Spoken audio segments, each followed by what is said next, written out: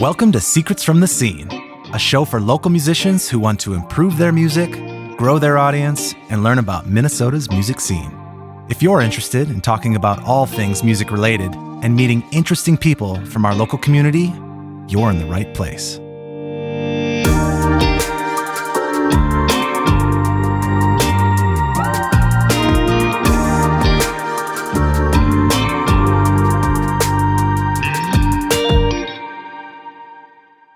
On today's episode, we have Lane Pederson. Lane is a man of many talents. He's a clinical psychologist, author, owner of the drum shop Twin Cities Drum Collective, and an accomplished drummer with the iconic and influential Minneapolis punk band Dillinger Four.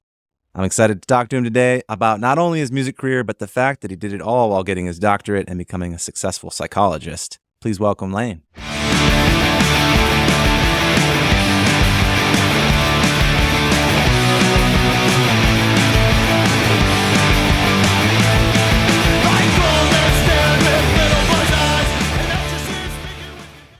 Hi. Thank you for having me, Stephen. When you were saying that, I wanted more than anything for you to just take that clip and send it to my children. Maybe Give me some goddamn respect. There'll be a day when they look up to me and go, wow, Dad is someone to be reckoned with. How old are your kids?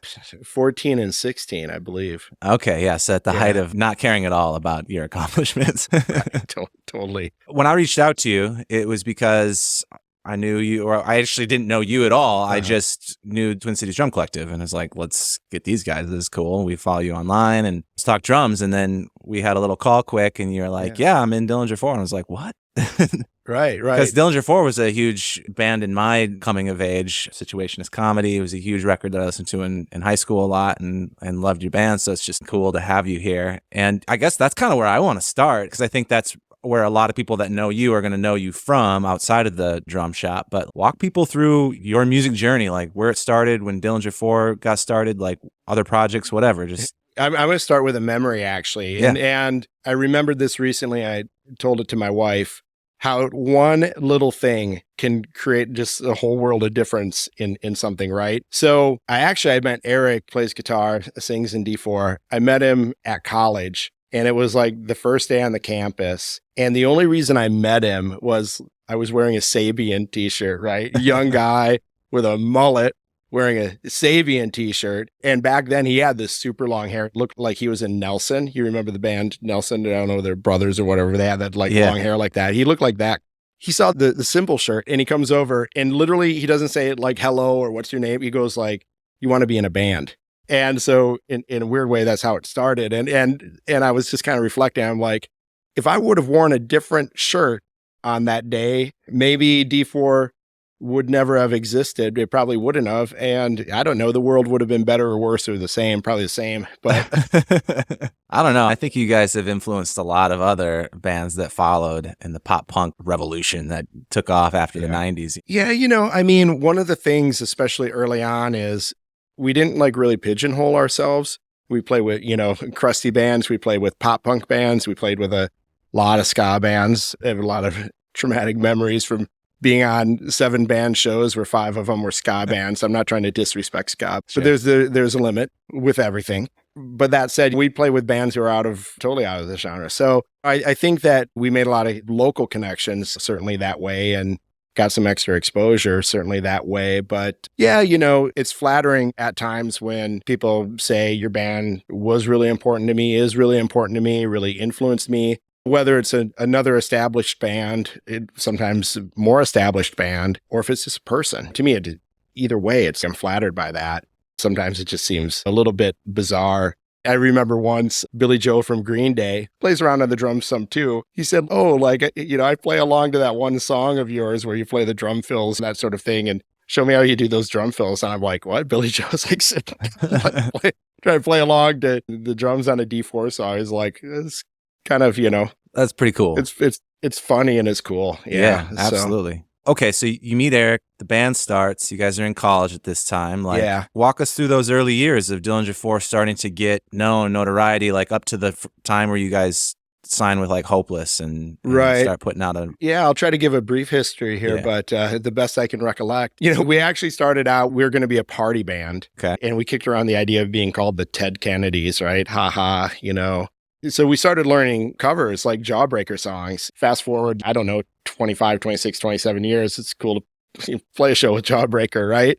Which we did about a year ago or so. So, I mean, we started out learning songs like that. And then at one point we decided that, okay, we're going to be like an actual band and write our own music. And there were 3 of us at the time, Eric and Patrick, obviously, and me. Naming a band is like the hardest thing in the world, I think. It's up there, right? I mean, if we're going to be like really honest, how many bands even that you like do you go like, man, and their name is awesome? Right? I mean, it's not like a huge number, right? You go like, no. I love this band and whatever, that's what their name is. It's like Friends, right? Like I didn't come in today and I go, Steven, that name's awesome, man. Yeah, exactly. That name is amazing. You didn't go, I'm a big fan of Lane too. That's a great name. It fits you well. It's great. So it's like that with bands. So we're like, what are we going to name ourselves, right? And we all lived in St. Paul at the time. And of course, St. Paul has this like rich history with mobsters having spent time in St. Paul. And, and the history is that, I want to say like the mayor of St. Paul was brother-in-law to the chief of police or something. And they got together and made an agreement with the Chicago mobsters and that sort of thing. Like, hey, you can come hang out in St. Paul.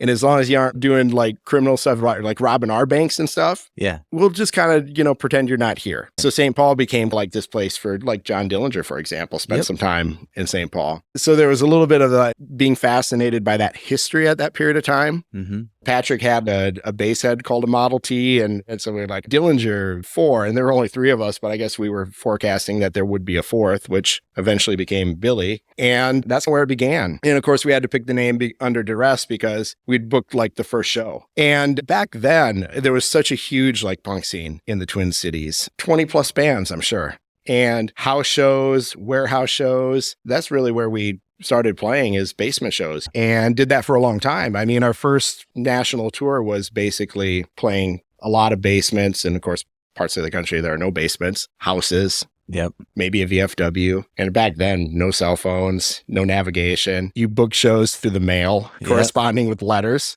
Yeah. And then you had the Rand McNally map and you showed up and hoped that it was for real. And it almost always was, right? Yeah. It was just crazy. And then we probably recorded 2 or 3 or more 7-inch records before we ever did a full length. And I say that in a sense that, at least for us, I think recording a 7-inch, 4 songs, doing that a number of times, it's like a developmental period for a band, right? Mm-hmm. Before you like drop your first full length. Yeah. So you have all of that experience. Then it just evolved from there because there really is a really strong national punk scene. And it was super strong back then. Yeah. So there was a lot of networking that happens, right? And then eventually you get on the radar of record labels that put out punk bands and you build it from there. By the time you guys are starting to put out the first full-length record, you've got record label support at this point.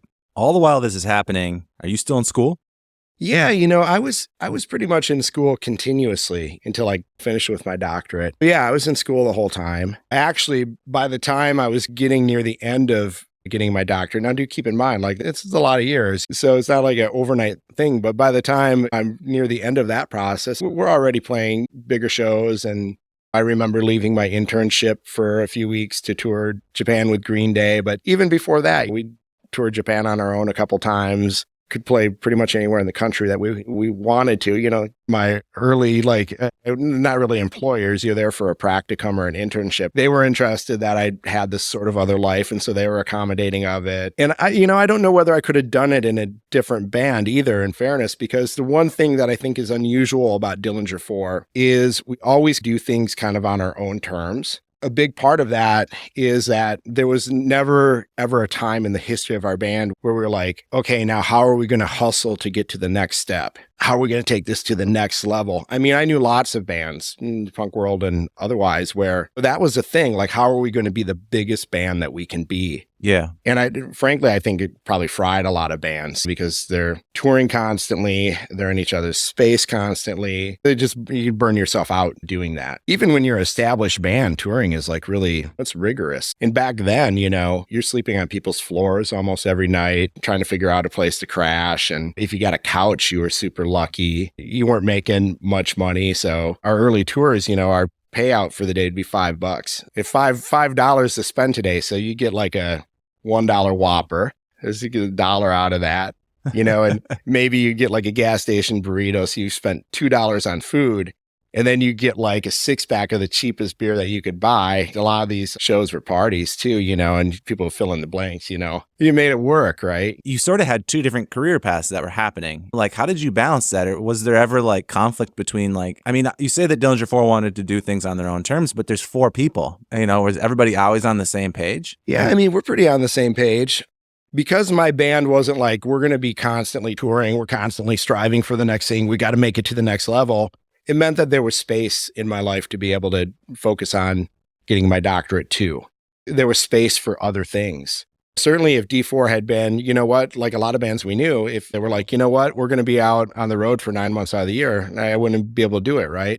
So it was the fact that my band is who my band is that allowed me to have other pursuits too. And I think it's why we're still together after 30 years I think we're hugely lucky. We've got a fan base that I don't know what we'd have to do to have them abandon us. I'm grateful for them, right? They're there. So we can go and we can play a show. We can fly and play this festival or get this offer to go and open up for this great band somewhere and go do that for a night or 2 or 3 and then not do it for a while. To me, that's the luckiest thing in the world is like show up to the State Fair and play the grandstand with Hold Steady and Bob Mould. Yeah. And then go home and sleep in your bed that night and not have to focus on your band for a while. You have other things to do. We're all older. Eric and I and Patrick have kids. Billy has, his study thing. You can actually have that balance, right? Yeah. It's super lucky. I think that's such an important point and also kind of rare because I feel like so many bands break up for one. They just can't stay together for that long. They get burned out, whether it was because of touring or because some people want to go as far as they can with it, and other people are only like, well, I want to have space for these other things. Right. And just the importance of finding people, obviously you got to find talented members in your band. You need to find people that want the same things as you. Yeah, and are willing to compromise and don't look at, if we can't play that show, it's devastating. We turned down a lot of things that people would kill to do. When Warped Tour was like a really huge thing, there were multiple years in a row they'd ask us to do it. And we had a standard, which was, we don't really want to play a show we wouldn't go to ourselves. And playing at 3 p.m. outdoors in the sun, it seemed like, I don't think any of us have ever been to a Warped Tour, right? No offense to the Warped Tour or anything. That's a good pathway for lots of people. But, sure, yeah. But for us, we're like, well, we wouldn't want to go to that show. So we just turn it down. And people are like, well, you turn on the Warped Tour or turn down this or turn down that. But look, you turn down whatever you think is like the big show and life goes on. It's okay. Yeah. But also to the point of the right members, I think certainly members who work together musically and understand each other musically and kind of can figure out the language that they use with one another to construct songs and do that piece. But it's also hugely, I think, about personalities because you need confident people to go on stage. Confidence is a really great thing, but confidence is different than ego. And ego is a thing where you go, I'm the most important. If I was behind the drums, my performance on the drums is the most important and everyone should think through that filter, right? Or where I want to eat is the most important. You want to be in the driver's seat and have everybody see you as being in the driver's seat. One ego can destroy a band.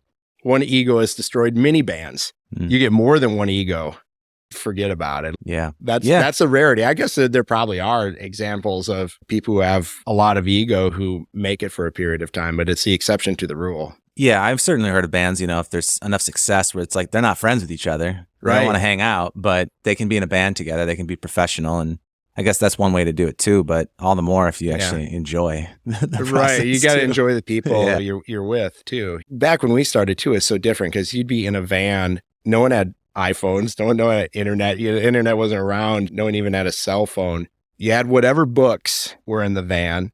And so eventually you read every book that was in the van, whether it was yours or not, more than one time, because all you got is each other going down the road. You read a book that you've read 4 times, you look out the window or you talk about stuff. And after a while, there's not necessarily that much to talk about because the only thing that maybe you experienced in a day that the other people didn't experience with you was the time that you were in the bathroom. Yeah. Which might be why people talk about their bathroom habits, because it's the only thing novel to share. Because we all saw what happened yesterday. We all ate at KFC. Yeah, we don't need to talk about that. Right. We were all there. Yeah. So what's the status of Dillinger Four now? We're all getting older. A few of us are on blood pressure medication. I take a medication to prevent the gout. If you know anything about Dillinger Four, gout is a risk factor of being in Dillinger Four. There's no doubt about it. It's been tough over the years to maintain healthy weights, but we try. No, I mean, we're still active and playing and, working on some new music after, what some people might call a hiatus. I know it's been 15 years approximately. It's a hiatus. So working on some new stuff when it's actually finished and when it's going to come out. Can I expect to see you on TikTok then promoting the new record? Almost certainly no. I don't think so on TikTok. Yeah, I couldn't imagine. I want to get on TikTok for the drum shop, and my daughter, who's 16, I probably should. She goes, Dad, you can't be on TikTok. You're going to be bullied. They're going to bully you. I don't want to see you bully. And I'm like, no, I'm okay, really. I'm the one who knocks on doors. All right. She didn't buy it, though. But maybe my daughter's saying she's going to bully me. I don't know. Right. She could do that. Anyway, I don't know how it's going to be promoted. I don't know anything about that. Well, the nice thing about Dillinger Four is there's, like you mentioned, the fan base. Like, I know I'll check out that record. No one's going to have to promote it for me. Yeah. Like, I'll find it. So. Right. You're like, it'd just be a curiosity, right? At that definitely. point, you go like, wow, how has their sound evolved? Yeah, how bad has this gotten? In all of this time, they've been working on a Let's listen to the worst Dillinger Four record. It's our version of Chinese democracy, right? Or whatever.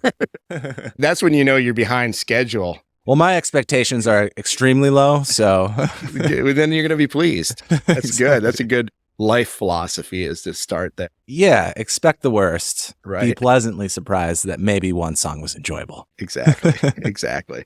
No, that's cool. Okay, so Dillinger Four is where it is now. You guys have made it where it's still active, it's still together. You can work on new music. You don't have to work on music. You guys just played that huge show at the Grandstand with the Hold Steady and Bob Mould. Yeah.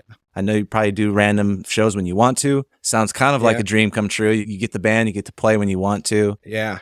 Were you ever in other projects besides Dillinger Four? I was in the Soviets for 5 minutes. They're a great band. I think they needed a drummer, and I was. And I think I might have even played on one of their 7-inches. But I wasn't a fully committed member in the sense that they'd say like, we want to practice, and they wanted to practice like all the time. And I say, you guys practice. I'm just going to sit up in the living room. I'll be able to hear it. I don't think they felt like I was fully committed to the process, which was good because I left, and then they got Danny, and Danny was amazing and perfect for the Soviets. So that was good. Maybe about 5 minutes doing that. And I'm trying to think, you know what? I played Ringo Starr in last year's production of The Last Waltz. Mark Joseph, who a lot of people know locally, he promotes a lot of different things, and bases Big Woo and jam band stuff and his own stuff. And they do this production of The Last Waltz every January. The Fitzgerald Theater is where it was last year, I think, and so it's like this who's who of musicians, like real pros, like people like they do it for their living, right?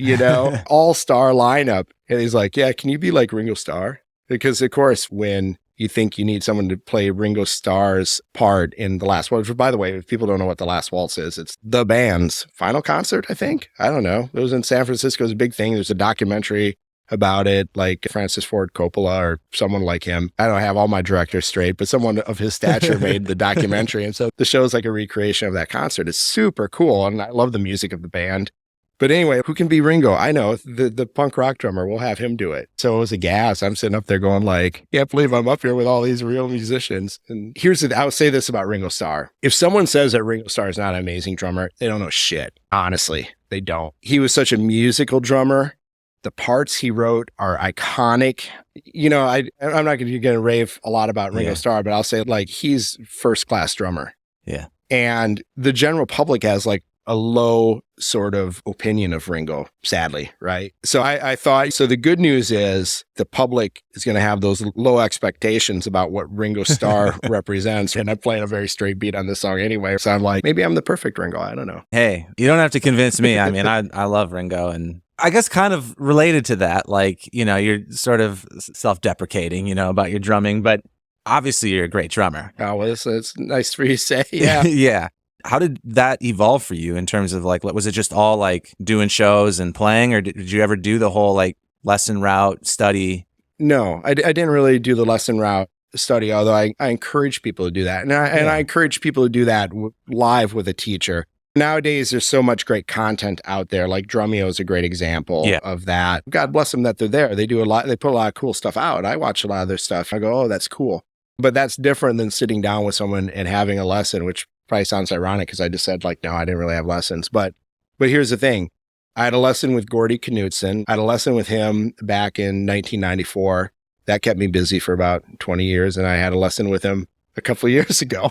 So I've had like 2 lessons. By the way, Gordy teaches down at the shop. I have a great roster of teachers down there. Gordy, Todd Trainer from Shellac, just amazing dudes. If you took one lesson from Gordy, like he'll open up so many doors for you. So for me, like a lot of it was having a pathway for consistency. Like every backbeat that I play is a rim shot. And that idea that every backbeat has to sound like every other backbeat, like it just needs to be perfect like that.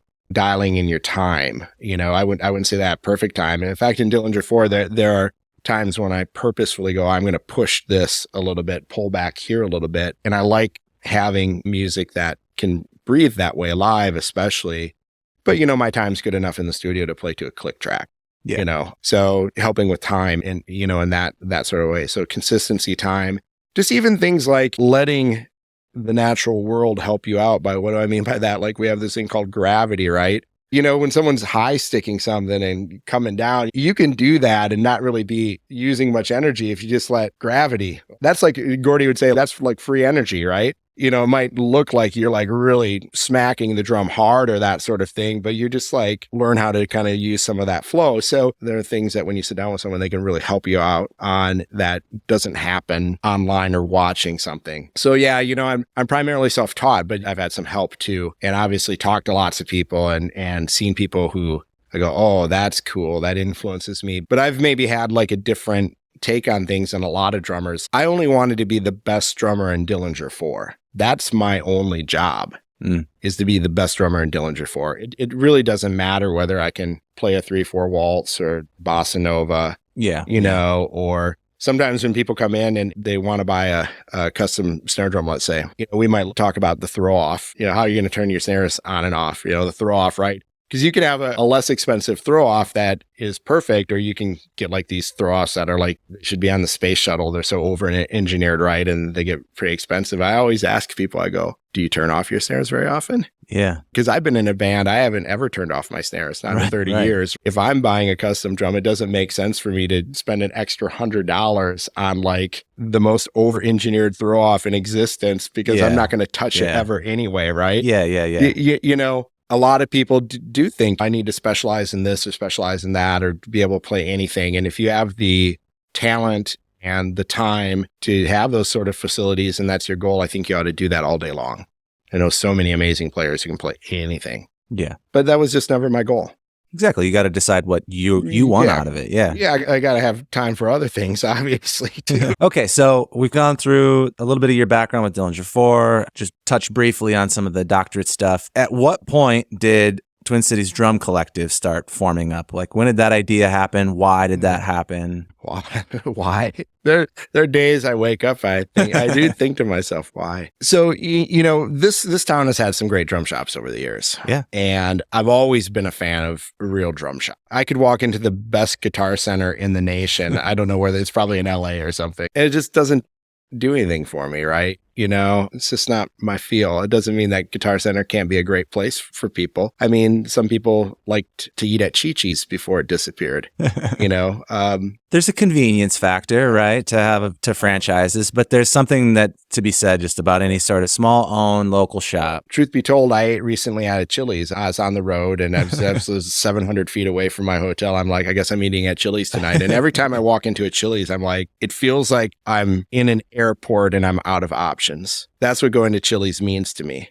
And I would hope that pretty for accurate. drummers, that's what going to Guitar Center would mean. I'm not trying to knock Guitar Center, but it should feel like I'm out of options and I'm 50 feet away from a Guitar Center. Yeah. But you have options. You have like Twin Cities Drum Collective, right? You don't need to do that. So I've always been a fan of drum shops. And a number of years ago, maybe in 2016, to be precise, I talked with someone who had a drum shop long time. Tim Ellis had a drum shop in town for a long time, beloved drum shop. Yep. And he had a drum line, Ellis Drums. And I got to talking to him about reviving the Ellis drum line, the custom drum line. And we came up with an idea how that might happen, right?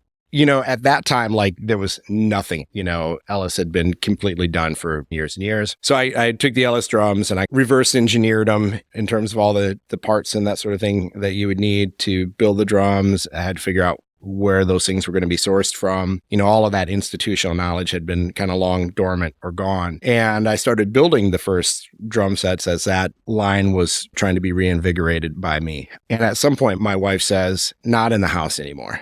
Because I'm a mess anyway. Shit's everywhere. Sure. The tools are out rusting in the grass, right? So I can't just like do something in a contained spot. Part of it's on the kitchen table and part of it's in the garage and it's awful, right? So she goes, not in the house. So I'm like, man, okay, I got to find a building to do this in. And so I didn't want to spend a lot of money, right? Because I'm going to tell you right now, like building custom drums and or having a drum shop, those are not, rich, quick schemes. Yeah. I would tell you, you want to know how you make $1 million having a drum shop? Start with 2 million. Okay. Okay. So anyway, I needed to find an affordable building. I found this cute little building in South St. Paul. And I'm like, oh, this is perfect. And then I had the idea, why don't we just do a little drum shop in the upper level of this little building? And then we can build the drums in the lower level of the building. It sounds like a smart idea. Later on, there was actually someone in the industry, they said, having a custom drum company is like an awful, terrible idea. And opening a drum shop in today's music climate is a terrible idea. How did you manage to take two of the worst ideas and decide to do both of them? And I was like, I thought 2 negatives made a positive. I've always learned that in my life. So I don't know. I had to like reflect. The question was why, right? So yeah. He asked me that. I thought, yeah, why did I do that? So we got the shop, building the drums, and then, it didn't work out with Tim and I. Sometimes, like we're talking about bands, right? Yeah. You're pulling in different directions. It's just, I tell you what, here's a working definition of a partnership. A partnership is 2 or more people who decide that the others are not essential. That's what a partnership is. So anyway, when it was clear that things weren't going to work, I rebranded to Twin Cities Drum Collective. Okay. And developed a new drum line, 651 drums. We designed our own lug, which to me, if you're making custom drums, you need to do one of 2 things or you're not really a custom drum company. Okay. You need to build your own shells. Yep. There are a lot of people who they might build their stave shells, in their shop, or some people might cold press ply drum shells. You either need to build your own shells or you need to have your own lug, which is another big identifier of a drum company. In fact, the lug is probably the main identifier of a drum company. People know what Ludwig drums are because of their lug, or DW drums or Gretsch drums. So the lug is like really an important part of the drums themselves. And I wanted to do something with the design that actually brought something better to the table, a better engineered lug. And so our lugs are made actually here in Minnesota. Almost every drum company gets their lugs made in Taiwan. They're just outsourced there because usually it's not cool to get your stuff made in Taiwan. Stephen, what are you talking about? No, I'm just kidding you. No, but a lot of companies, probably the vast majority of them do because theoretically it's cheaper to do it in Taiwan. How'd you find someplace in Minnesota then? Man, first of all, you got to put out like a lot of bids, right? To try to find the right manufacturer. Yeah. And then it's also finding the type of manufacturer that specializes in the type of work that you need to have done, because different machine shops specialize in different things. And our lugs are Swiss machined. So we found, a shop that does that type of machining where we're able to work with them with quantities and in a way to where we can get our lugs made locally here in Minnesota at prices that are competitive with, sending them to Taiwan and having them made over there. And we also, by the way, happen to have like the world-class shell company here in the Twin Cities, Nordic Shells, which started at about the same time that TCDC started. It's been kind of interesting to have these kind of parallel pathways, but how cool that the shells are made here in Minnesota. I can go to Nordic and hand pick the shells and be hand in glove with the people who are working there. Our lugs are made in Minnesota. It's a very Minnesota-centric drum. I'll get to why the lugs are better designed in a moment. But anyway, back to the idea about if you don't make your own shells and or your own lugs, really what you are is you're someone who's assembling drums. Yeah. You're getting parts that anybody else can get. And that doesn't mean you might not be a great craftsman, person who's crafting things. You could be a great assembler. You could be great at cutting the materials and putting the edges on and doing the finishes and that sort of thing. But at the end of the day, like I said, there's nothing that's distinctively yours about that drum. Maybe you got a badge to put on it. Okay, but you could get a badge today if you wanted to. I'll tell you where to order it from. Sure. You don't need a badge, I don't think, but... But now I want one. I'll help you. Now you want one. So anyway, the design of our lugs is different. First of all, they're machined from 66-1 aluminum, which is a really high-grade aluminum. It's used a lot in aviation, or like the chassis of a Mercedes or an Audi is going to have some 66-1 aluminum in it. So it's a really great product to begin with. Mm-hmm. So Swiss machined, they're super lightweight. And that's important because the more weight that you hang on something, you're using a heavy cast lug like most companies, for example, the more weight you hang on something, meaning the shell, the more that it affects the vibration and resonance of it. Sure. So it's helpful in that way. But frankly, a lot of people love it too because our drums are like super lightweight. We have a lot of people who they love everything about it, but they're like, oh man, it's a dream. Todd Zuckerman had the last clinic he did for us. He played on one of our drum sets. He picked up the bass drum and he's like, and this is a working man's drum. He's like, I can't believe how light this is. So we have that. We don't chrome our lugs. And there's good reason why we don't do that. Multiple good reasons, actually. Chroming is expensive, adds expense to the instrument. Chroming is not very environmentally friendly whatsoever. Yeah. And chroming always fails. Someday. Anyone who owns like a classic Superphonic 400, Ludwig Superphonic 400 will attest to that. The chrome gets pitted and peeling and it will fail. Maybe 10 years, maybe 20 years, maybe 30 years, but eventually it will fail. And when people look at our parts, they don't go like, where's the chrome? I've never had a single person go, something's missing here. I can't quite put my finger on it. The chroming. And that's the quality of the machining is they also look that good. That's cool. Out of the gates. And then we attach our lug with a through bolt and a lock nut. So there's nothing that's going to come apart on you. So it's just a better design. And I oftentimes say like Ludwig and Gretsch and DW. And I love all those drums too. But I own a drum shop. I love drums. Yeah. And honestly, I don't care if someone bought a Tama drum set from us or a 651 drum set. I'm happy. If you have what you want, I'm thrilled for you. So I love all these other drum companies anyway. But they can change to a better, more modern, more effective design because their lug is their identity, like I was saying. Sure. Your lug is the identity of the drum company. It's hard to make a drum shell, a circle of wood, identifiable, right? Yeah. I know that's a premier drum set over there because of the lugs. I can't see the badge from my angle here, but the lugs tell me what it is. Sure. Yeah. It's a nice drum set too, by the way. Yeah, I do like that one. Yeah. Okay, so tell people a little bit about the drum shop because it's more than just a place to buy drums. It's got to be, right? So obviously we were open pre-COVID, we're open post-COVID. And one of the things that we were really working hard on pre-COVID was being out in the community.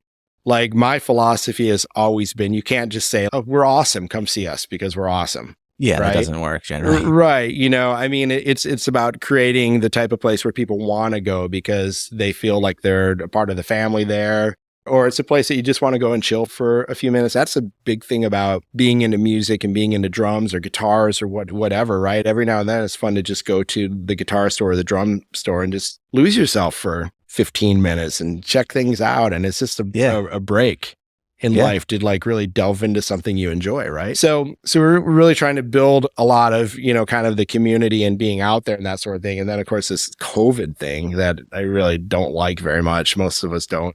Kind of like destroyed that, right? We were all at home. And so it's pretty hard to, kind of develop that, right? So now we're back at that, doing some outreach, like not last night, but the night before. We were at Dashfire Bitters, their tasting room, and doing a drummer hang and Q&A and clinic with Dave King from the Bad Plus, Which is super cool. And it wasn't like, let's do a traditional drum clinic where we're all going to sit in our chairs in a line and someone's going to play paradiddles super fast. And any questions? Can you do that faster? Yeah. So I'm like, no, man, I want to do something where people can get a non-alcoholic drink or alcoholic drink or whatever they want to drink, glass of water and hang out, talk with other drummers and just kind of have it be informal and casual. And Another thing that we did pre-COVID, we're bringing back is drum set karaoke at the Uptown VFW, which is like fully mic'd up drum set on the stage, all the stage lights. And if the song is on Spotify, dial it up, which is, I don't know, pretty much a lot of things. Yeah. Dial it up and play drums along to it. And the experience, honestly, is like playing to a drumless track. Like you can't tell that drums are in the track when the drummer on stage is playing along to it. Sure. It's super fun. And even like non-drummers who come out to it, because this is a different take on karaoke. And actually, one person, Patrick's wife, Christy Costello, at one point, she came out and saw one. She's like, man, this is where people should go to like find their drummer, right? You know, I mean, I've never heard of it. Yeah, that's cool. Yeah. It's just fun stuff. Is that something you started?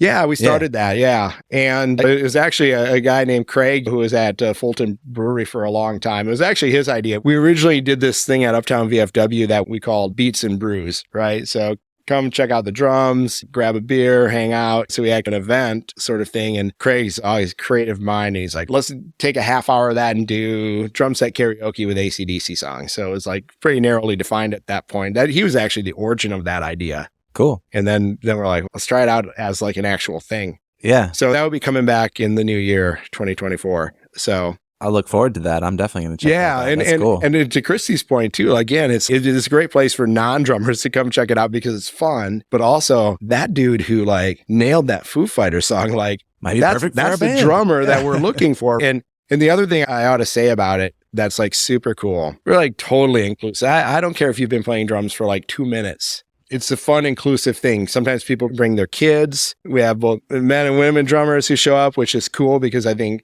women drummers oftentimes are underrepresented.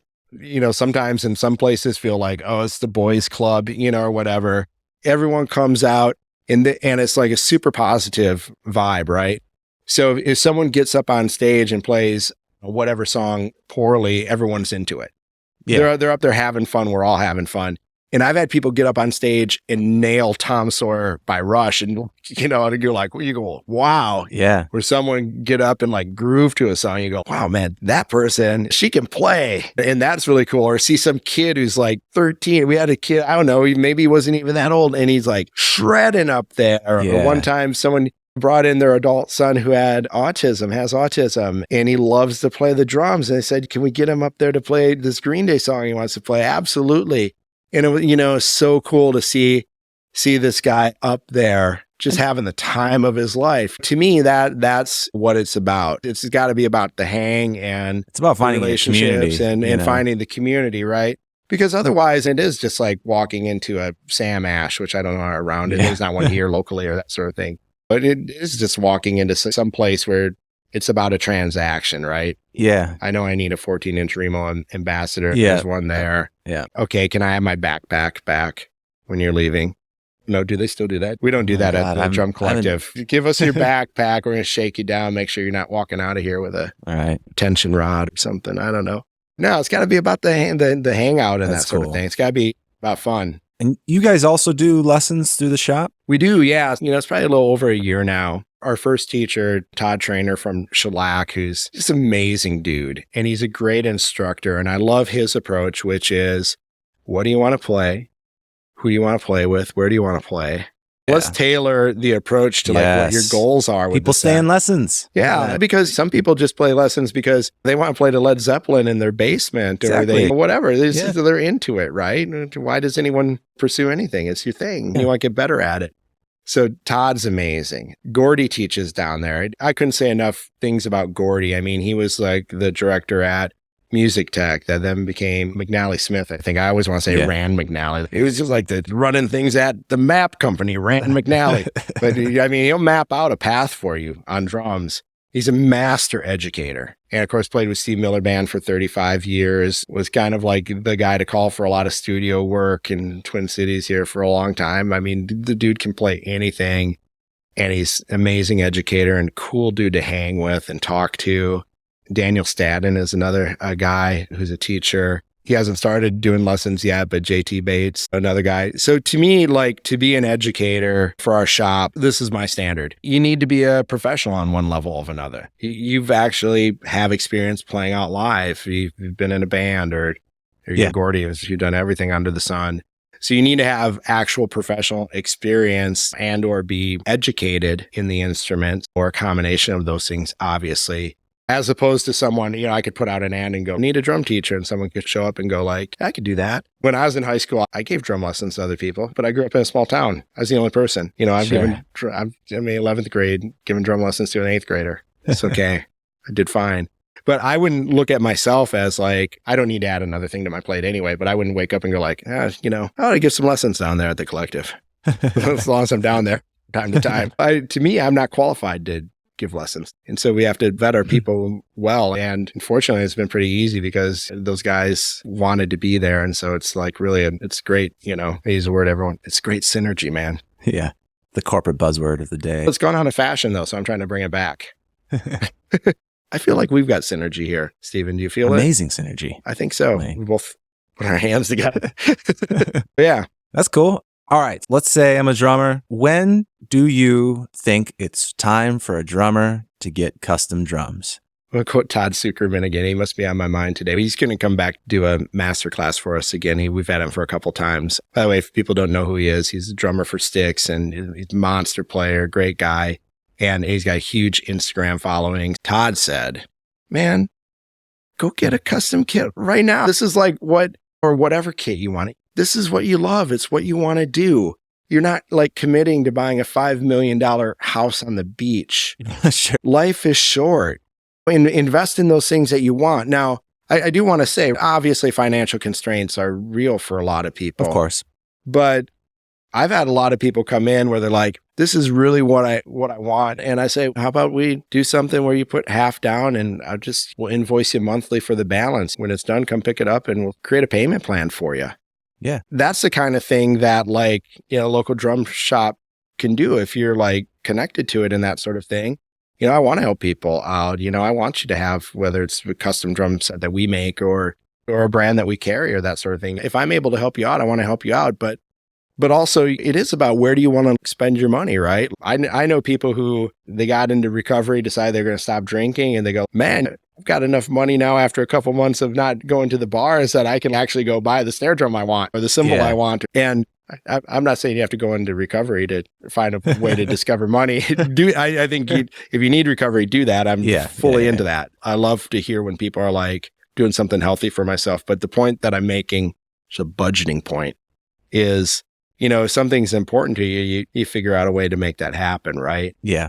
But I think it's interesting, and I'm going to be a little stereotype here, but there is this kind of stereotype that guitarists are like they're into buying gear. Not all of them, right? I don't want to paint with too broad of a brush, but I look over there, you got a lot of guitar. I mean, I see multiple acoustic guitars, right? Mm-hmm. I don't know how many guitars you have in the studio here, but more than you have drums. Yeah. Okay. And I think a lot of drummers settle.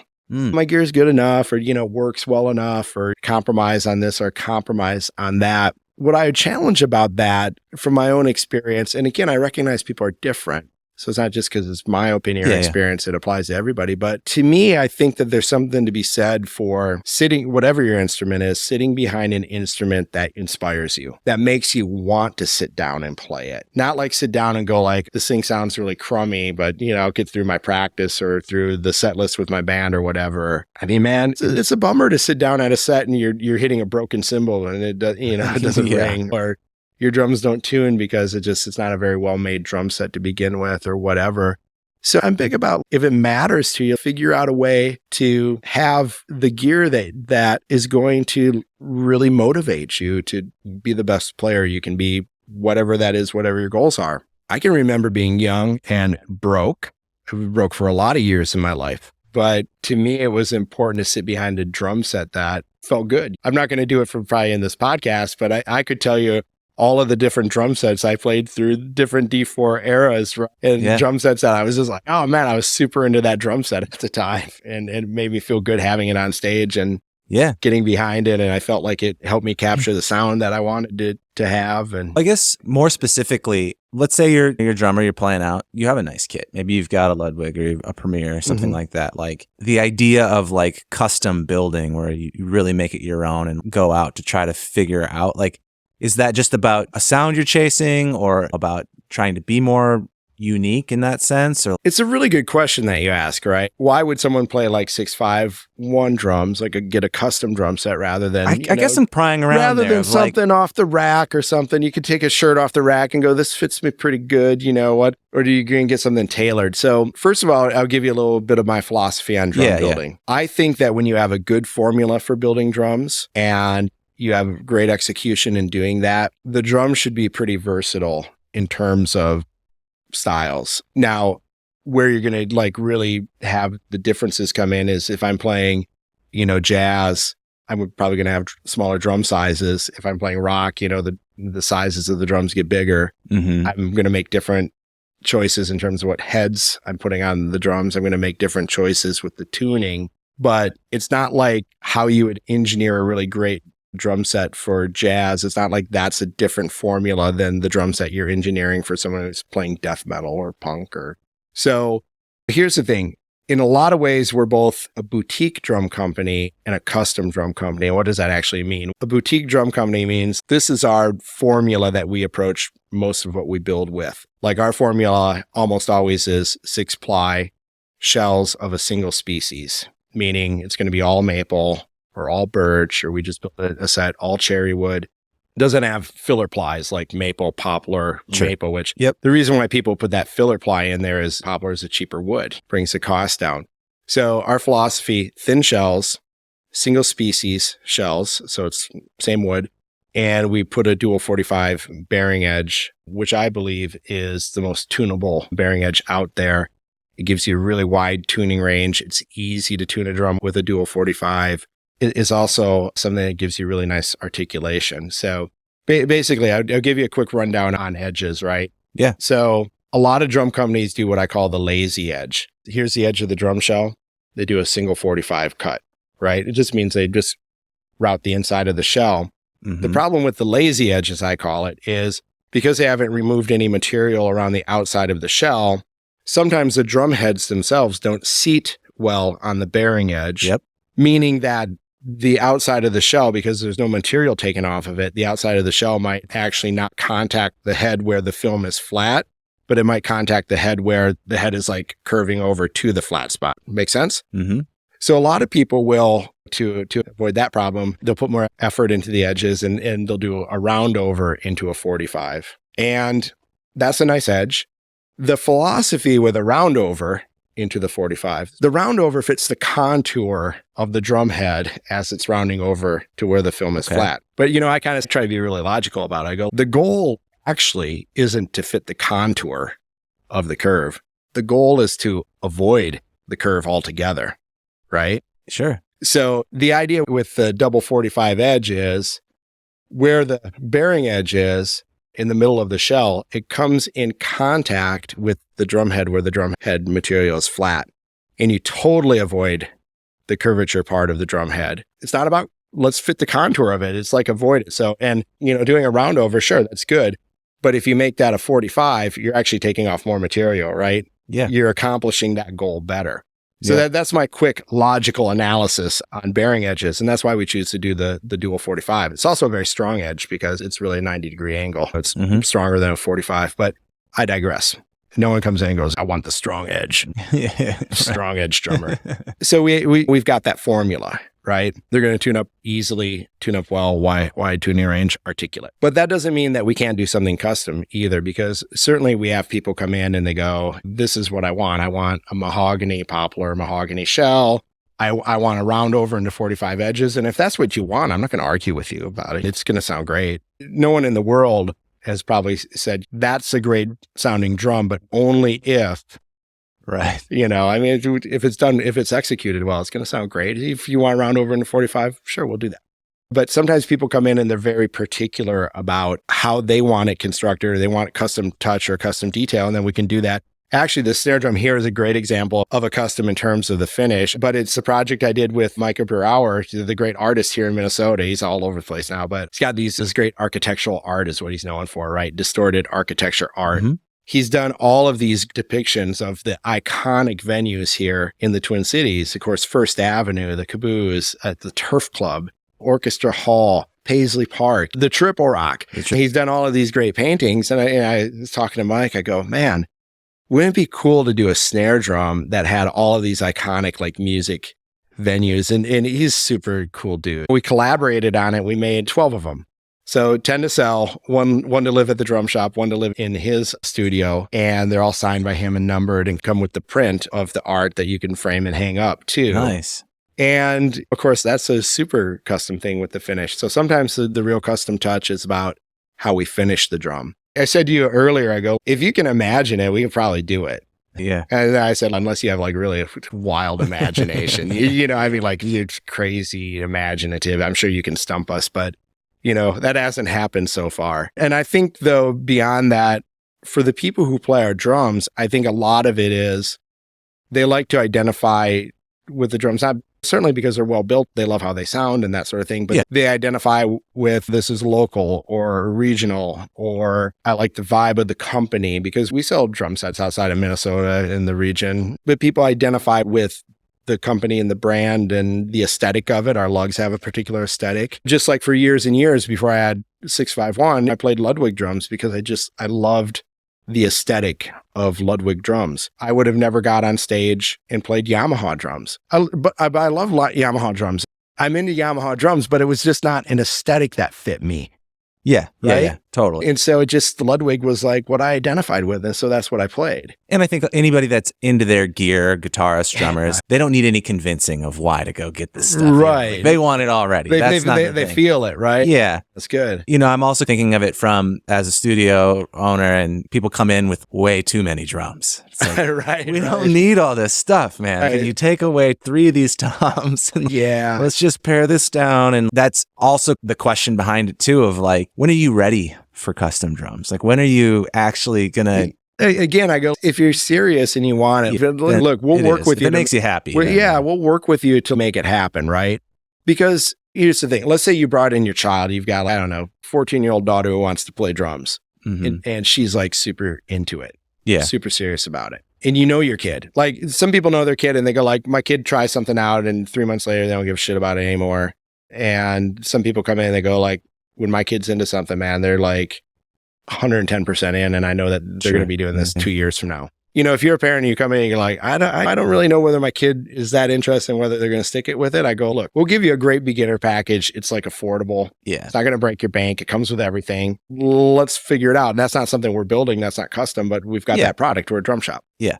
But if you know that your kid is like into it, don't buy him a different drum set in a year. Like buy him the thing that assuming you obviously, again, and I understand some people have financial constraints, but if you're able to do it, like it's going to blow their mind. You know what I mean? It's going to sound like you cut out that bad word. You notice how I said it, but not really. I like how you self-censor. So it sounded like an edit kind of. It's going to blow their mind. By the way, I think that's environmental too. At some point, people have to go like, why do we buy these things that like are going to break down or we're going to throw away in 2 years? Why don't you invest in something quality? I mean, from my standpoint, running studio and stuff, like I have enough gear here to do it what I need to do, of course. But in comparison to other commercial studios, like a very small amount of gear. I'm very careful about like when I buy a kit or a bass or guitar or whatever, I want it to work on everything. Yeah, you want to be versatile. And I want to keep it forever. And by the way, I've been in a lot of studios that might have a lot more gear, and at least talking about the drums,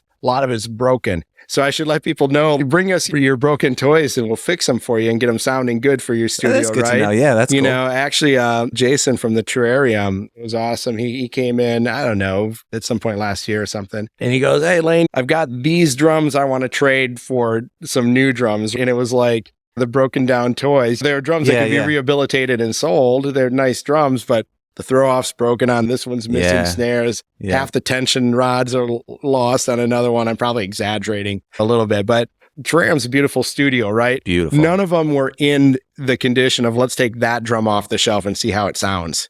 Yeah. They needed repair. But anyway, he was like, I want to have a nice arsenal of snare drums. So he bought like 2 Ludwig metal snare drums. You can't go wrong with a Ludwig snare drum.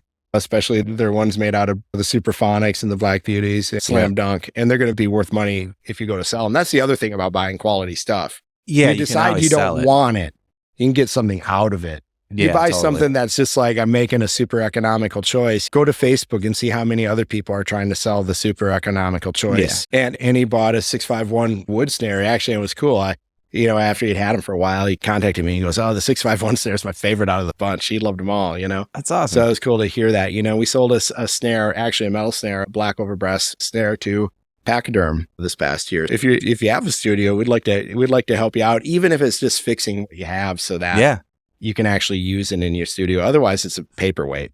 I was going to talk to you a little bit about it afterwards too, because Max and I always have a wish list of what's next on the gear thing. So we'll talk about that. But on that note, you guys supply kits to local venues too. You've got some 651 kits. I can't remember all the spots, but for musicians that are listening to this, you might have played one. That you don't know. No doubt. Turf Club has one. Turf Club, yeah. And we get a lot of people send us pictures when they're in there playing that one. Mortimer's has a kit that we just made for them. Other venues outside of Minnesota, Turk's New York City has like a 651 kit. Production Studio out in Denver has a 651 kit. So they pop up in different places for sure. And I'd love to have a 651 kit in any music venue in the Twin Cities that's interested. And, and the other thing, obviously being in a band, touring, going to clubs, being on multi-band shows, it's actually a really good thing for a club to have a really quality backline kit. Because then the majority of the drummers go, "Oh man, I'm excited to play the Turf Club. I don't need to bring all my gear down. I bring my snare drum, my cymbals, my drum pedal. Good to go," right? Because I know the kit's great. And so for the club, they don't have to deal with like all of that equipment and changeover time. Yeah, you can dial in a sound and get the tuning right. The kit's there and you have a quick, easy changeover rather than, all right, let's haul this whole kit off and put another kit on. And that's the thing, man. When Dillinger Four shows, I'd love to go to the Turf Club because there's a great kit there. This was before I had 651 in the drum shop, but I always kept a kit down at the Triple Rock. So D4 would play the Triple Rock a lot. I don't know why. We got a good deal on the door there. For those that don't know. Eric and my band owned the Triple Rock. Had a little bit of an in there. And I love that there was a kit down there that I knew was going to be great. And we backline a lot of different things too. Provide backline at the State Fair for a particular stage there for Mark Joseph and what he's doing. And the Last Waltz production, certain drummers will come to town and we'll backline them. Or I've had different venues with festivals and they go, "Can we get one of your kits there?" Again, so we don't have to deal with all of the shuffling of gear when everyone just knows they're going to have a great kit to be on. So we do a fair amount of that too. One other thing I wanted to ask was because you guys have like ambassadors, right? For the custom. How does that work? Yeah. Okay. So we have players who I guess we would call endorsers. They endorse our drums. Just to clear it up, some people think it's the other way around, that a drum company endorses a player, but it's actually the player who endorses the product. I'm really honored because we have a lot of outstanding and even world-class drummers who choose to play our drums. Dave King with the Bad Plus has been on the cover of Modern Drummer, Caliber Drummer. Not like his name, but he's the whole cover. I could be wrong, but I think Dave King was here and played here with, did he do something before Bad Plus? Apple? Happy Apple. There you go. Yeah. I think he did something with Happy Apple here like in the 90s. Oh, before it wouldn't surprise me at all. Yeah, for sure. I'll take a picture of it and go, "Hey, Dave, have you been here?" See if he remembers. They said you left your hat here. Exactly. Still holding on to your drum keys. Him. Dave's been with us. We just made a kit for Bobby Drake of the Hold Steady Coke bottle acrylic. I mean, that was super cool. D4 was playing with the Hold Steady and Mountain Goats down at Salt Shed in Chicago, a newer venue down there. Awesome venue. Anyway, he saw my 651 acrylic kit that I play with D4. And like, man, I love a Coke bottle acrylic kit. And the next thing he knew, he had one. So that was really cool. Dane, who plays with Dury, and they're out on blowing up and out on tour. Like he's got a custom 651 kit. Daniel Stadden, who plays with a band called Made in Dixie. They played a lot of gigs. They're like full-time gigging band, and he's a fantastic drummer, and he plays our drums, and I play our drums. Gosh, I mean, right? I'm not only the president, I'm also a client. Isn't that what they say? Something like that. That's going to be the clip.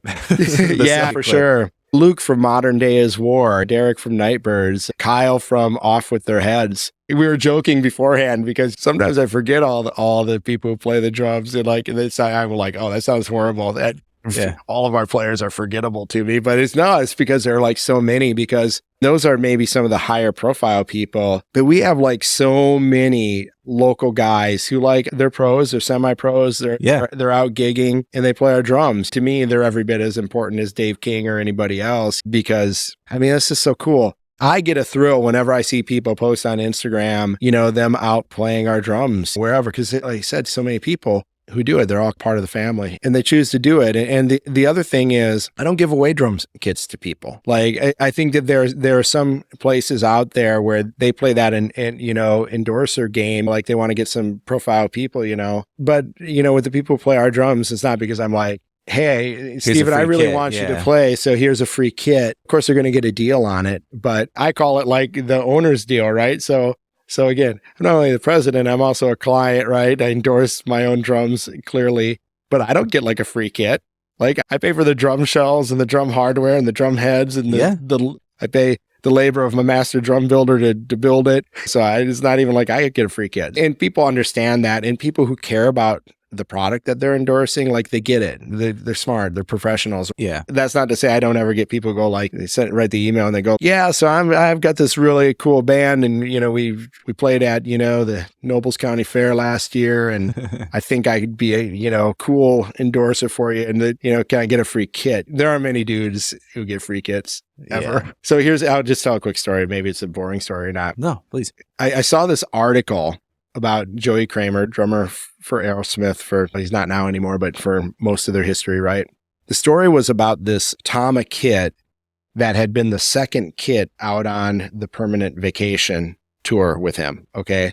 So you remember Aerosmith, Permanent Vacation, Love in an Elevator, all of those timeless, classic, amazing songs that, we listen to all the time. I mean, but they were huge back then, right? That was like... Yeah. Oh, yeah. That was... I mean, they were the thing. They're all over MTV and that sort of thing.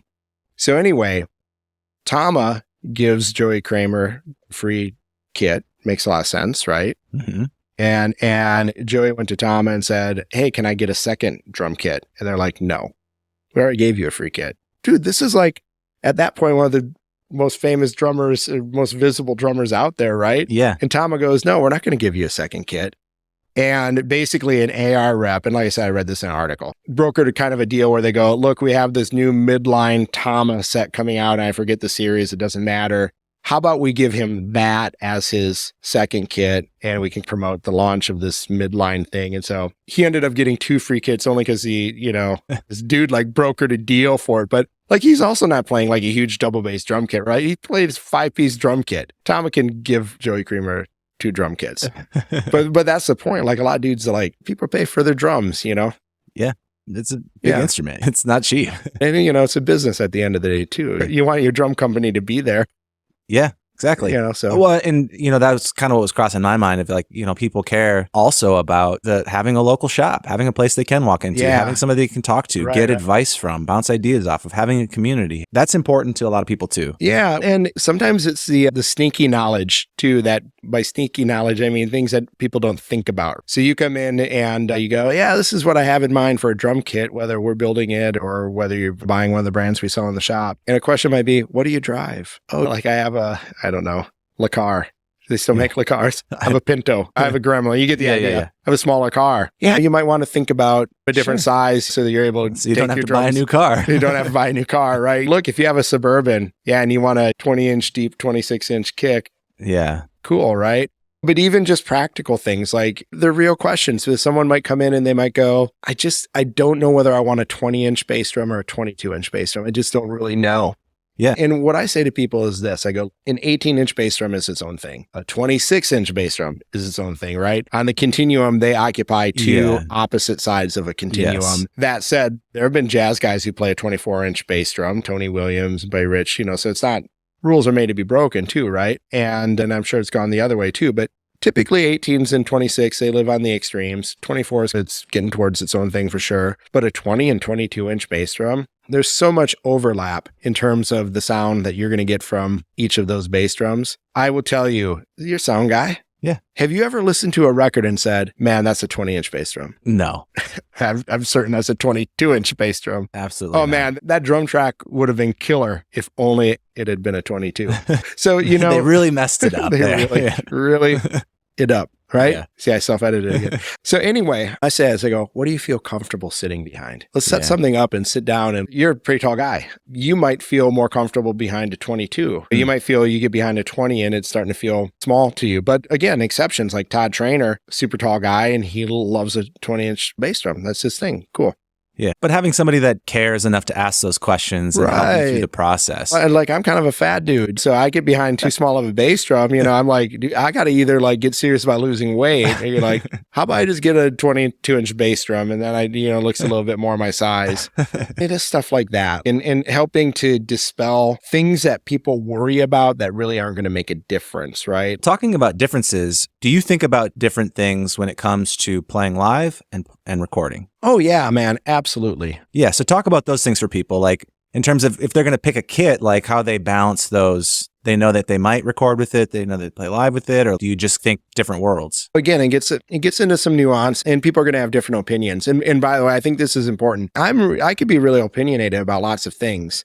But if you come in the shop, I'll share my ideas with you if you ask me or if you're interested in my ideas. But your opinions are more important than my opinions because you know your music, you're expert more about it than I do. Again, unless you're specifically saying, I want your advice, and then I'm happy to give it. But, I think when you're in the studio, maybe to start there, I think number one, you have to have some flexibility because all studios are different. The rooms are different. Mm-hmm. Sometimes there might be a choice with drums that would be unexpected in your mind that is going to give you the best sound with how it's being recorded, right? Mm-hmm. And so, recently doing some new D4 stuff. And of course, I brought in metal snare drums, guys who play rock and punk and that sort of thing. Their idea is like, going to be more cutting, right? This is going to be the sound I want. Yeah. And it just so happened that the snare drum that sounded most cutting and fattest out of everything that I brought in was a 651 wood snare drum, right? Sounded the best, right? It shouldn't matter to me whether... You got to be open-minded. Be open-minded, right? Or someone might go, makes a lot of sense to take the resonant head, the front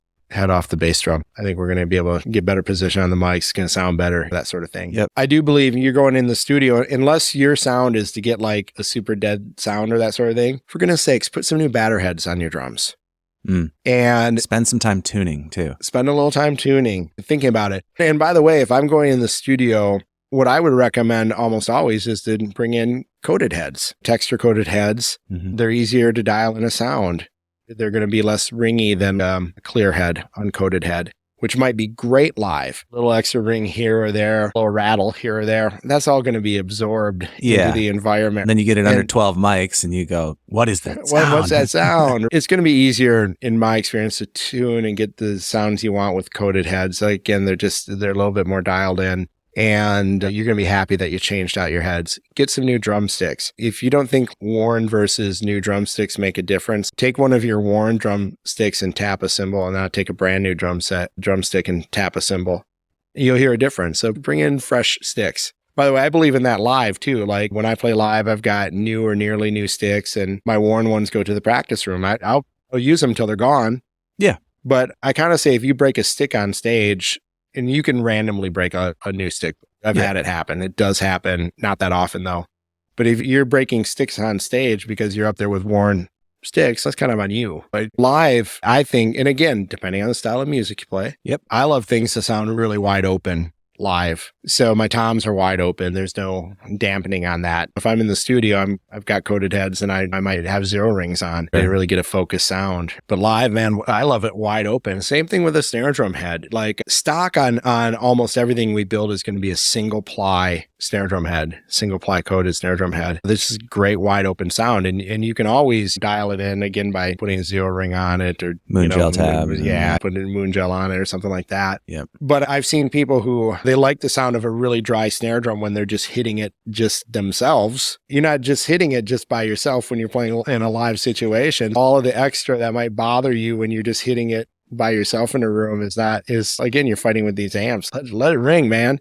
Again, personal preferences though too. Just some basic things about that. If you're going to a studio, I'm sure you'd welcome a drummer calling you up, Steven, going, hey, what do you got down there? Oh, I got a Premier Signia kit, in these sizes. It's a great drum kit. And if you don't have a great drum kit, come down and use this great drum kit that's sitting here in the studio. Don't be weird and go like, this is my drum kit. Yeah, but you might not have a very good kit, at least not for recording. I think with recording, obviously if you're going into a larger studio, you likely have options there. They're going to have kits there and that sort of thing. And then if you're doing home recordings, that's a different thing. And you might just be dealing with, you make what you have work. Right. Let's just use that, Right. How's it sounding over there in the control room, not how it sounds here? Yeah. Because look, I traded out the snare because the engineer and Eric, they go like, that snare is the best one. Exactly. The music's only going to come through the speakers in the end anyway. So you're not trying to sabotage the drummer. Eric's not in there going like, haha, I made Lane pick the shittiest snare drum. I tricked him, right? No, I mean, he's there going, we all have the same goal. We all want to sound great, right?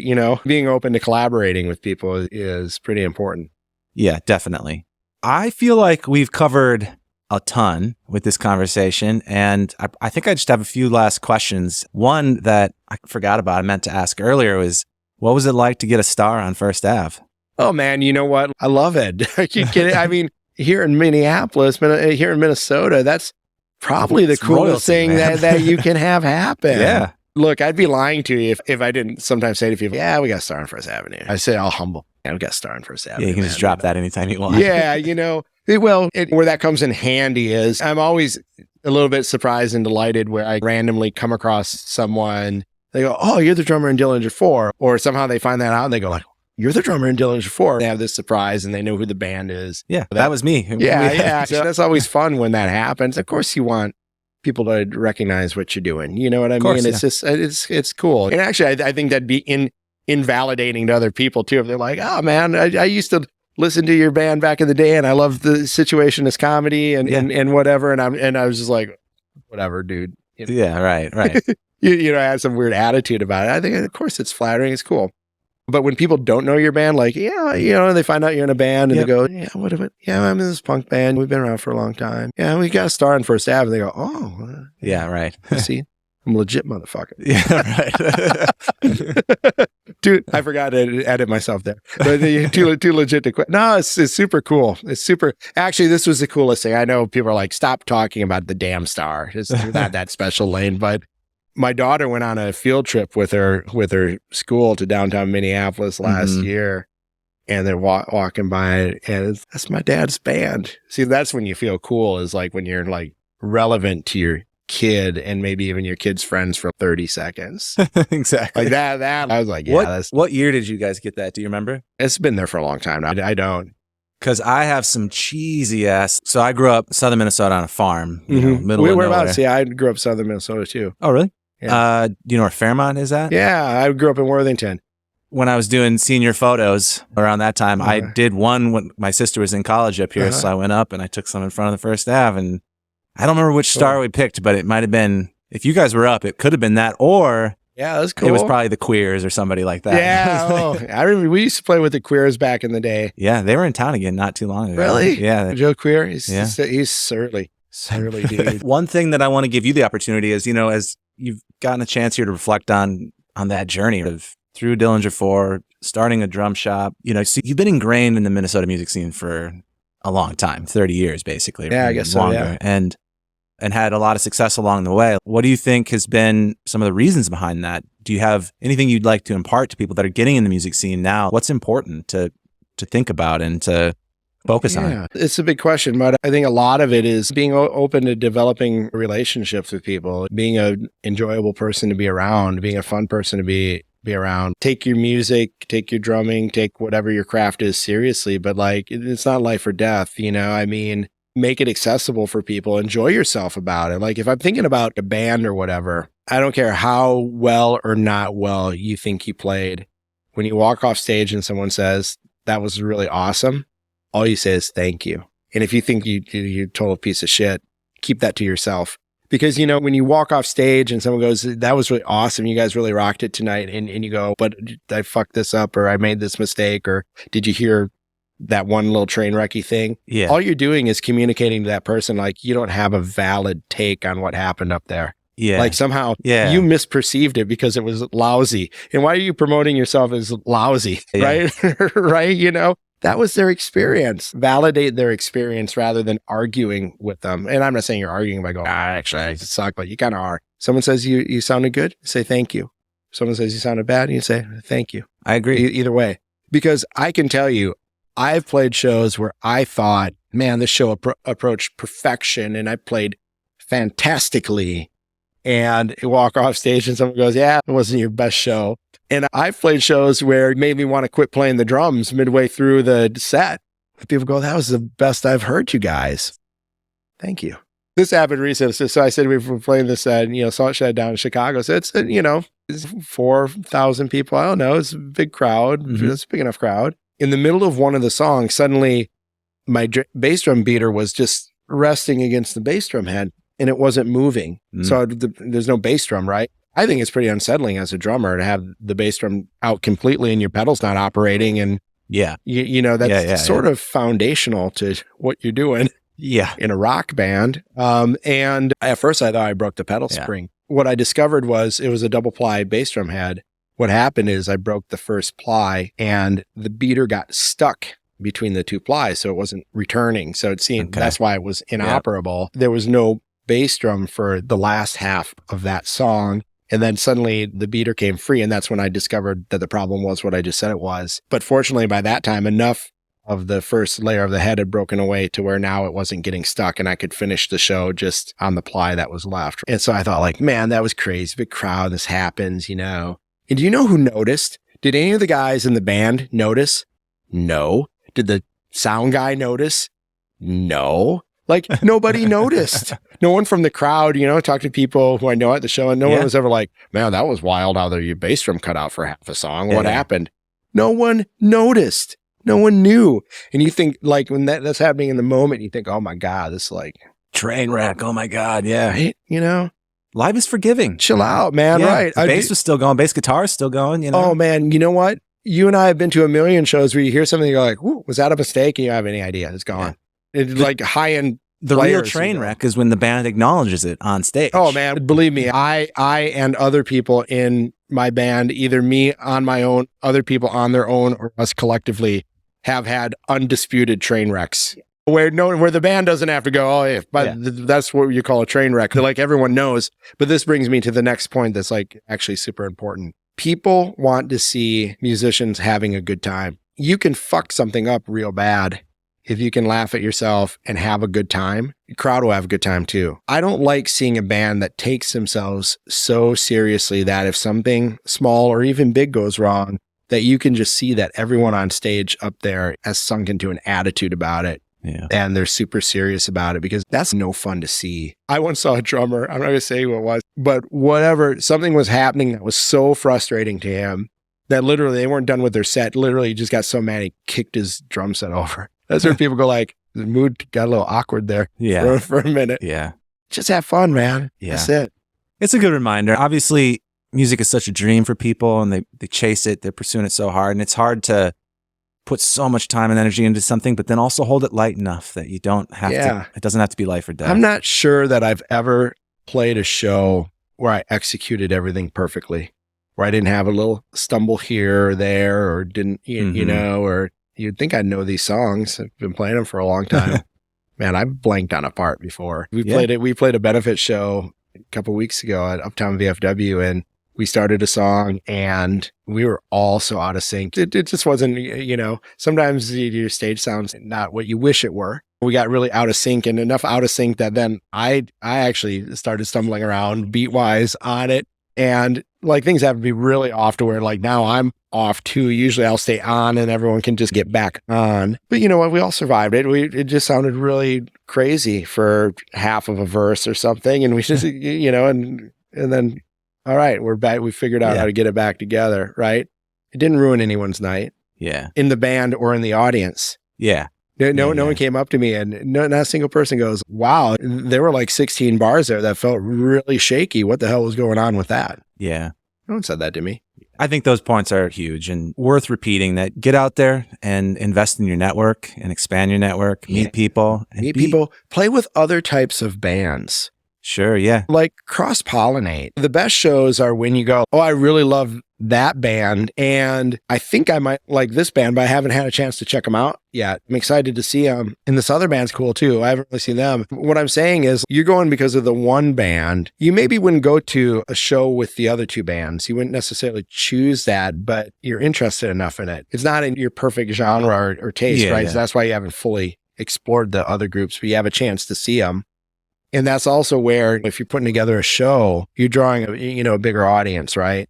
Mm-hmm. If you're punk band A and I'm punk band B, we probably share the same fans. So we play a show together and it's additive. Yeah. We're playing to the same, they like you, they like me. Yeah, you're pulling from the same pool. Yeah, you're punk band A and I'm some other noise art rock band. Now some of my fans are showing up, your fans are showing up. We get some cross-pollination. We're playing to a bigger group. Especially today, because I feel like people, with how music's changed with streaming and just having access to all kinds of music, I think that people listen to more types of music now than they used to, because it's just easy.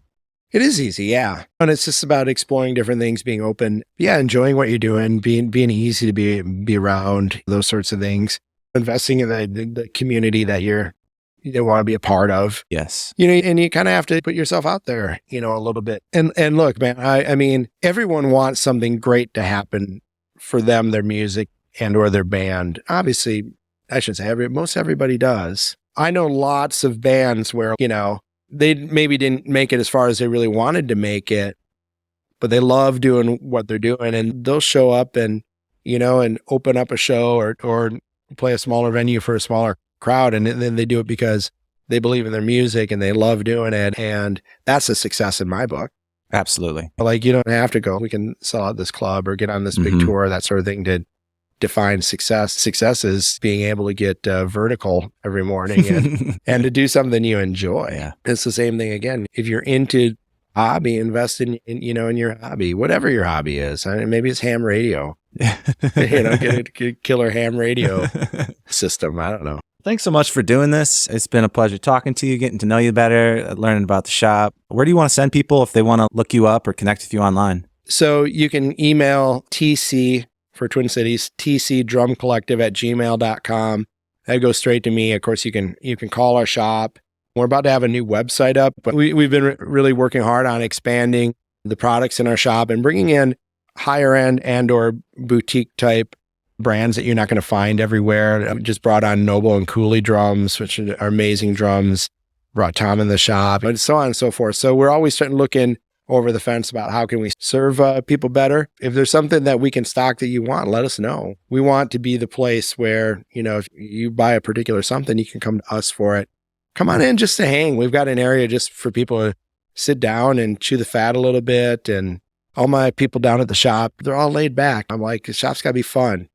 Yeah. Laid back, fun personalities, place where you want to go. Come on down. The other thing that's cool, we're up in Northeast. There's a lot of cool stuff around us. Diamond's Coffee Shop is at the front of the building complex that we're in. Tattersaw Distillery is just down the alleyway, again, in the same complex. I talked about Dashfire Bitters. They've got their tasting room in the same complex. A lot of cool shops, artists and other shops in that place. It's important to be a regular at the places that you love, whatever those places are. Drum shop is like any small business. Sometimes it's easy to go to Sweetwater or Musician's Friend, something online. But if a place matters to you, it's important to be there. I remember our very first building, we were in South St. Paul. I say cute little building. And we'd been there for about a year. And this couple comes in and they walk in. And this would happen from time to time. They'd walk in. They didn't notice the outside of the building had changed at all, or they didn't look in the windows before they walked in. They walk in and they go, see all these drums and cymbals everywhere. What happened to the coffee shop? So apparently a coffee shop had been there or whatever. And this couple, they go, this was our favorite coffee shop. What happened to our favorite coffee shop? I look at him, I go, I don't know. We've been here for a year and a half, and apparently you didn't show up to your favorite coffee shop enough, and now they're not here. Right. Can I get you interested in drumming? Yeah, exactly. I'm not entitled. We're not entitled to anybody's business at all. We want to be there for people, the community, and that sort of thing. We want to earn people's business. And so let us know what we do well. Let us know if we don't do something well. And yeah. And you guys are on social media, on Instagram. Yep, Instagram. You can check them out there, TC Drum Collective.